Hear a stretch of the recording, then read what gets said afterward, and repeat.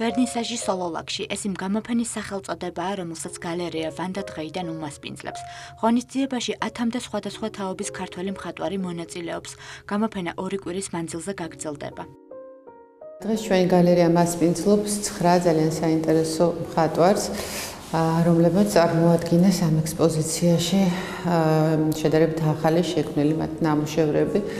ვფიქრობ, რომ გამოფენა არის მრავალფეროვანი და საინტერესო მნახველისთვის, ვინაიდან ჩვენი გალერეა პარღალატობს ტრადიციას, თავის ტრადიციას და ყოველთვის ცდილობს, რომ აჩვენოს ხელოვნების მოყვარულებს ის, რაც ხდება დღეს ჩვენს კულტურულ ცხოვრებაში, ჩვენს მხატვრულ სამყაროში, თუ რას ქმნიან ახლა მხატვრები, რა ჟანრში მუშაობენ და ამიტომ ეს გამოფენა კიდევ ერთი დასტურია ამისა, რომ მხატვრული ცხოვრება ჩქეფს. ექსპოზიციაზე წარმოდგენილია 40-ზე მეტი ნამუშევარი. ნახატებში გაზაფხულის ფერებს ერთდროულად ფიგურატურა, აბსტრაქცია და მოდერნი აერთიანებს. 4 ნამუშევარია ჩემი, სხვადასხვა მასალა არის გამოყენებული და თემაც სხვადასხვა არის.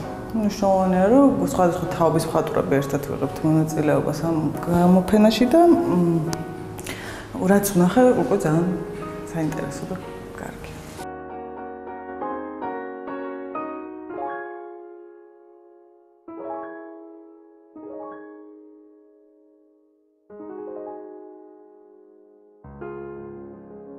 მნიშვნელოვანი იმითი რომ არის, რომ ჯერ ერთი სხვადასხვა ტიპის და სტილის ნამუშევრები არის და საკმაოდ საინტერესო არის.